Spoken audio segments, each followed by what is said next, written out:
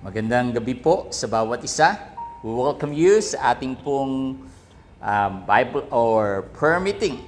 It's November 3, Merkules po. At tayo po ay mag-aaral po muli ng salita po ng Panginoon. Salamat po. At lagi po kayo nandyan, nakasama ko na mag-aral ng salita po ng Panginoon. Tayo po ay magbabasa po ng salita ng Diyos. Buksan po natin ulit ito sa libro po ng Genesis. Katatapos lamang po natin ng serye tungkol sa buhay ni Jacob. Ngayon naman po, iba na pong karakter. Si Jose naman po, si Joseph ang ating pag-aaralan. Genesis chapter 37 from verse 1 up to verse 4. Genesis 37, 1 to 4. Jacob lived in the land where his father had stayed in the land of Canaan. This is the account of Jacob's family line.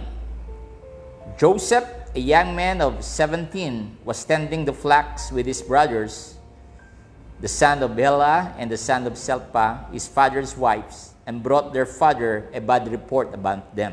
3. Now Israel loved Joseph. Sino po ng Israel? It was Jacob, more than any of his other brothers, because he had been born to him in his old age. And he made in an ornament robe for him. Last verse, verse 4. When his brothers saw that their father loved him more than any of them, they hated him and could not speak a kind word to him. May God bless the reading of His Word. Tayo po'y dumako sa Diyos sa panalangin. Taas po natin ang ating kamay at tayo po'y manalangin. Magbanal, salamat sa oras na ito na muli mo kaming pinagsama-sama. Hawakan mo kami, alisin mo ang pagod, ang magulong isip, ang karamdaman, ang problema o kabigatan. Hayaan mo ang iyong banal na spirito ang patuloy na humawak sa amin at magsalita. Para sa iyo at dahil sa iyo, kaya kami may buhay, Panginoon. Salamat. Salamat sa oras ng pagkakataong mag-aral ng iyong salita sa mga nanonood ng live stream. Kahit pagod sila sa maghapon, kahit maraming ginagawa, ay nandito po kami. Kahit maraming kasabay na palabas, mga news, mga kung ano-ano, ang iba'y nagluluto pa, pero nandito kami para mag-aral ng iyong salita. Pinupuri ka namin at pinapasalamatan ka namin. Sa pangalan ni Jesus, tayo po lahat ay magsabing, Amen and Amen. Amen. So kanina po, sinabi kong katatapos lamang po natin sa serye sa buhay ni Jacob. At if you remember, nag-wrestle si Jacob kasama ang Diyos. At magmula noon, sabi ng Diyos, hindi na Jacob ang iyong pangalan, nung mandarayang Jacob. Yun po ang ibig sabihin. From now on, sabi ng Diyos, ang pangalan mo ay Israel na.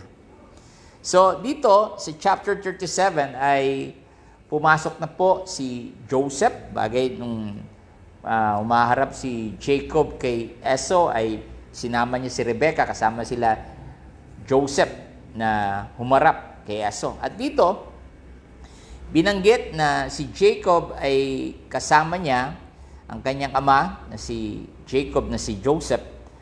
At sinabi dito, si Joseph ay ang isang trabaho niya ay nagpapastol ng mga tupa. Kasama niya doon ang kanyang mga kuya, mga brothers niya. Ngunit kapansin-pansin, sabi rin sa verse 2, he report a bad report about them. Siguro nakikita niya na may ginagawang mga kalokohan ng kanyang mga kuya at sinasabi niya ito sa kanyang ama. Hindi niya ito tinatago. Ano man ang sabihin ng kanyang mga kuya, kahit magalit. Basta alam niyang tama siya, kinukwento po ni Joseph, ito sa kanyang amang si Jacob. Now, dito sa verse 3, tingnan niyo. Now, Israel, yan po si Jacob, ng ama ni Joseph, loved Joseph more than any of his other sons. So mapapansin natin, si Jacob ay merong favoritism. Ito po ang nangyayari kahit dalawang anak mo at namimili ka kasi ito mabait, masunurin, ito matigas ang ulo, siguro ito favorite ko nung masunurin. Now, yan ang nagiging problema po ng isang tahanan, lalo-lalo na kung ang isang magulang o mga magulang ay merong favoritism dahil mabait, nakakatulong sa bahay, nakakabigay ng sahod, nakakaganito. At ito, matigas ulo, mahirap unawain. Kaya iniitsapwera. At dito nag-umpisa po, mapapansin natin, yung selos ng kanyang mga kapatid, yung puna, yung layo, nung lumalayo sila sa kanyang kapatid na si Joseph. So yun pala ang mga consequence kung meron tayong mga favoritism sa bahay o sa tahanan. At lumayo po. At dito sa verse 3, sinabi rin, gumawa pa si Jacob o si Israel ng isang ornament robe. Para kanino? Para kay Joseph. At kapansin-pansin, talagang ipinapakita niya sa lahat na mahal niya si Joseph. Kaya in verse 4, sabi, when his brothers saw that their father loved him more than any of them, they hated him and could not speak a kind word to him. Yung nakita ng mga kuya niya na si Joseph ay pinapakitaan ng pag-ibig maigi ng kanilang ama, nagalit lalo ng kanyang mga kapatid, yung kanyang mga kuya sa kanya, at wala lang ibang salita kundi galit sila, siguro laging pasigaw, siguro lagi nilang inuutusan si Joseph ng kung ano-ano, kasi gumaganti sila dahil napapansin nila na ang kanilang amang si Jacob o si Israel ay talagang favorite si Joseph. Kaya kung may katabi ka dyan magulang, sabihan mo ngang bawal ang may favoritism. Sige, ulitin mo. Bawal ang merong favoritism. Yan nag-uumpisa ang gulo. Kaya kung ikaw yung magulang, try as much as possible na wala kang pinipili, wala kang masyadong pabor. Siya man ay naging mabuti, siya man ay naging masama, siya man ay naging black sheep na anak, dapat ituri pala natin lahat ay pantay-pantay, especially kung may mga anak po tayo. Now, dito, yung ating topic nga, Joseph Dream. Yung mahilig managinip. Diba? Tulad nyo, kung nagsasalita ako, baka ng iba sa inyo natutulog at nananaginip na. Hindi ko po alam. Now, ang sabi dito si Joseph ay mahilig managinip. At sabi nga sa verse 5, tingnan na po natin, Genesis 37 verse 5, na naginip si Jose na ang kanya at sinabi ito agad sa kanyang mga kuya. Sabi niya, at lalong nagalit. Dahil yung kwento niya tungkol sa kanila. Sabi niya sa verse 6, listen to this dream. We are binding sheep, o doon sa palayan, parang kumukuha sila ng mga palay. At dito, sabi niya, yung aking palay, yung sheep niya, ay tumayo, at kayong mga kuya ko, ay nagluhudan sa akin. Nag-bow down. Kaya sabi sa verse 8 ng kanyang mga kuya, kanyang mga brothers, tingnan nyo, his brothers said to him, do you intend to reign over us? Will you actually rule us? Naniniwala ka ba na ikaw ay paglilingkuran namin, ikaw ang magiging bossing namin? Kasi po, noong panahon ng Old Testament talagang ang laging may blessing, ang laging merong karapatan, ang laging may mana ay yung mga kuya. Yung nasa taas, yung nasa baba, wala po kayo. Anak lamang kayo, ganun po magtrato ang Old Testament doon. Ang may karapatan lagi, yung mga kuya, yung mga ating nasa taas. At pag ikaw ay nasa baba, ikaw ang utusan. Ikaw ang maghihintay lang kung may matitira pang mana. So ganun. Kaya sinasabi ng kanyang mga kuya, talaga bang kami na mga kuya mo ay ikaw ang mangunguna sa amin? Luluhod kami sa iyo. Kaya lalong nagalit, sabi po ng Bible, ang kanyang mga kuya sa kanya. Ito kasi po si Joseph, isa yata sa weakness niya, hindi niya mapigilan ang bibig niya. Lalo-lalo na kung may bagong panaginip, may ganitong nire-reveal ang Panginoon, may ganitong nangyayari, sumbong siya ng sumbong lagi sa ama niya. At yun ang nangyari. Kaya sabi dito, they hated him more dahil sa kanyang mga panaginip at sinasabi. Now, in verse 9, tingnan po natin. Then he had another dream. Katatapos lamang ng palayan na naginip ulit si Joseph at sabi niya, makinig kayo mga kuya. Ito na naman si Joseph. Yamot na nga mga kuya niya. Kwento pa ng kwento. At ano sabi niya, listen, I had another dream. Meron ulit akong panaginip. And this time, the sun, the moon, and the 11th star were bowing down to me. So ano ibig niya sabihin? Yung daw araw, yung daw buwan, at yung 11 na bituin ng star ay lumuluhod sa kanya. So diretso yun. yung sun, tatay niya. Yung moon, nanay niya. Yung 11 na kuya niya. Na star, lumuluhod sa kanya. Again, uulitin niya, lumuhod kayo lahat sa akin. Lumuhod kayo. Now, kung mapapansin po nyo na si Joseph ay kasama sa pastulan, siguro aping-api siya doon. Kung may matagal na magbabantay sa mga tupa, siya siguro. Kung meron talagang puyatan, siya siguro. Lalong iniipit siya ng mga kuya niya. Pero lagi niya paulit-ulit, lumuhod kayo sa akin. Lumuhod kayong lahat sa akin. Kaya sabi po sa verse 10, tingnan nyo. When he told his father as well as brother, pati kanyang amang si Jacob, si Israel, sinabi niya, ito tay, nay, lumuhod kayo sa akin. Kaya nung ama niya mismo, nag-rebuke sa kanya. Pati ba kami kasama dyan sa panaginip mo? Siguro isa sa nagalit rin ng ama. At what is this dream you had? Tanong nila.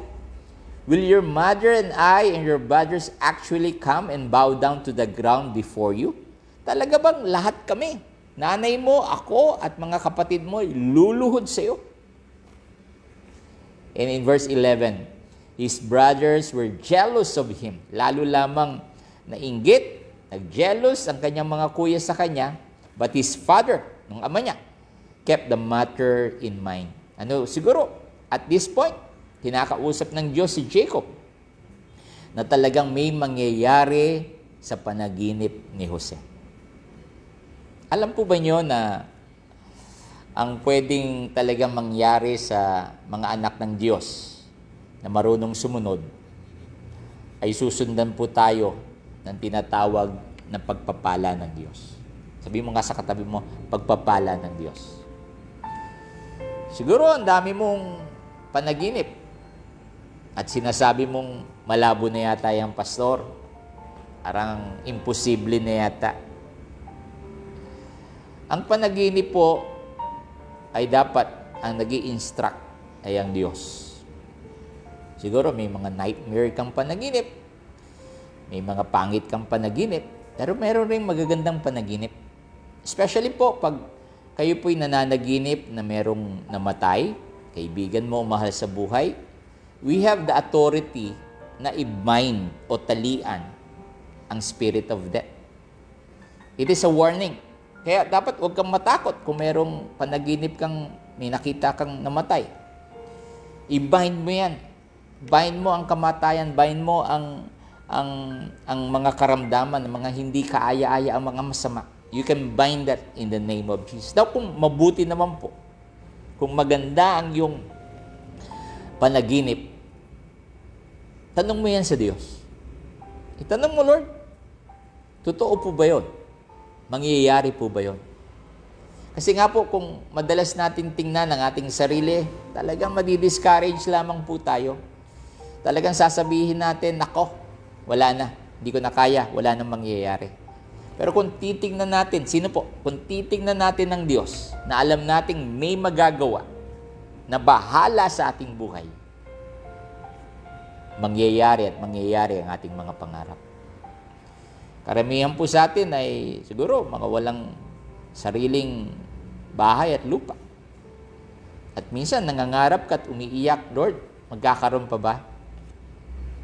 Again, tingnan mo ang Diyos na may magagawa. Huwag po ninyong tingnan ang kakayahan nyo. Talagang madi-discourage ka lang o kaya tingnan ng kakayanan ng ibang tao. Ang tingnan natin at paulit-ulit na sinasabi dito, yung kayang gawin ng Diyos. Now, ito pong si Joseph, si Abraham, he was called the father of faith. Yung kanyang anak na si Isaac, he was called the promised son. Ito pong si Jacob, he was being called the father of the 12 son, of the 12 tribes. Now, ito po si Joseph. He was a dreamer. Pero halos tong dulo ng Genesis ay ibinigay sa kanya. Kinuwento sa kanya. Ang dami-daming kwento about Joseph. He was a dreamer. Pero nangyari lahat po ng pangako ng Diyos. Kaya yung mga pinapangarap mo sa pamilya mo, sa sarili mo, sa simbahan mo, sa ating bansa, posibleng mangyari. At dito po, huwag nating tingnan ng walang mangyayari. Ang tingnan natin, may gagawin po ang Panginoon. Kaya, sa simpleng mga verses na ito, sabi ko, Lord, pag ba kami na naginip, pwede bang mangyari yun? Kung marunong kang makinig sa Diyos, posibleng mangyari.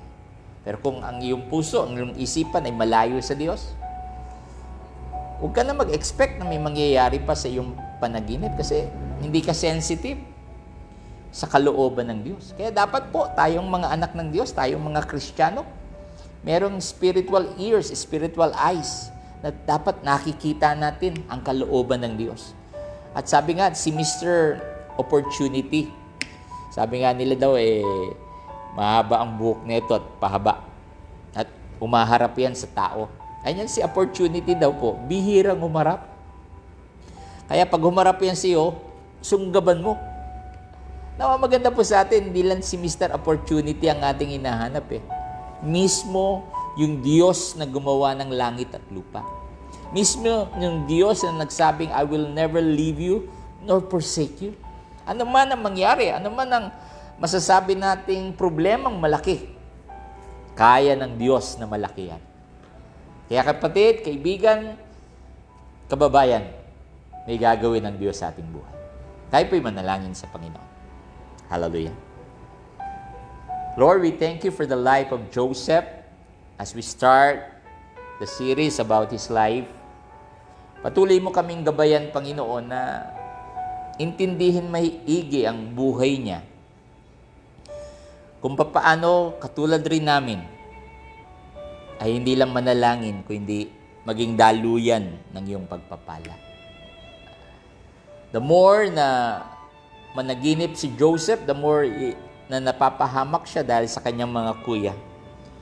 Pero maganda po, Panginoon, sa buhay ni Joseph ay hindi siya tumitigil hanapin ang kalooban mo. Gayon din kami, yan ang aming panalangin. Huwag kaming tumigil. Kung ang tingin namin ay nasa dead end na kami, kung tingin namin ay wala nang mangyayari, no. Basta kasama namin ang aming Panginoon, may gagawin at may mangyayari sa aming buhay. Salamat sa aming pamilya, sa aming trabaho, negosyo, sa aming pag-aaral, sa mga bilihin na patuloy kang nagbubuhos ng pagpapala sa amin. Bagamat napakalaki na ng bilihin, Panginoon, mas malaki pa rin ang aming Panginoon. Salamat, Amang Banal, sa mga taong nandyan na nakahiga sa kanilang higaan na may karamdaman. Ikaw ang aming Diyos na nagpapagaling. Simpleng ubo, ay ang espiritu ng dengue, Panginoon, tinatalian namin ito sa pangalan ni Jesus. Mga masasakit ang tiyan, mga kung ano-anong iniisip sa kalusugan, ikaw ang dakilang manggagamot, Panginoon. Lord, I do also pray for those people who need guidance. Mga direksyon, Panginoon. Ikaw ang aming gabay. Huwag mong hayaan kami ang manguna. Mapapahamak lamang kami. Huwag mong hayaan kami ang mag-isip. Kung hindi hanapin namin ang kalooban mo, ang iyong kaharian, ang iyong katwiran sa aming buhay. At hindi kami mapapahamak. Salamat, Amang Banal, sa mga taong laging kasama namin mag-aral ng live stream na ito. Na lalo kaming lumalalim, lalo naming dinadahan-dahan ang iyong salita. At sa aming paglago, Panginoon, alam namin natutuwa ka. Binabago mo kami. Huwag mong hayaan na pag-aralan lamang namin ang iyong salita at walang nangyayari. Baguhin mo kami, Amang Banal. Kung meron ka mang sinasabi sa aming buhay, sa aming mga panaginip, huwag kaming magsawang isipin ng iyong kalooban sa amin. Sapagkat ikaw lamang ang aming dahilan, Panginoon. Salamat.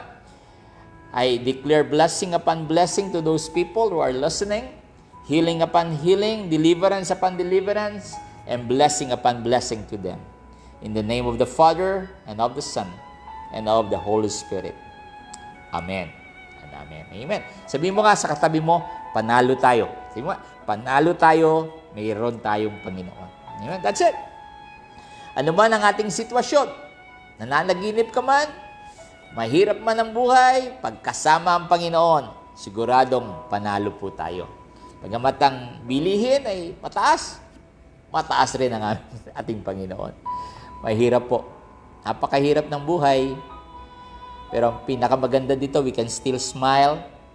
It's November 3, Wednesday. Almost 7:20 na ng gabi. Buhay pa rin tayo. Kung minsan nagkakasakit, kung minsan nahihirapan, pero ang maganda, hindi tayo pinapabayaan ng Panginoon. Sabi mo sa katabi mo, hindi ka pinapabayaan ng Panginoon. Buhay pa rin tayo. Salamat sa ating Ama. Amen. Again, I'm Pastor James Lagasca. Thank you for listening in our live stream from Light of Life Foster Church. Salamat po. May ka-comment? Comment lang po kayo. At kayo din sa iyong mga prayer requests. Marami po tayong mananalangin dyan. Ilalapit natin lahat yan sa ating Panginoon. Again and again, the Lord loves you and the Lord cares for you. Magandang gabi po. Sweet dreams. The Lord bless.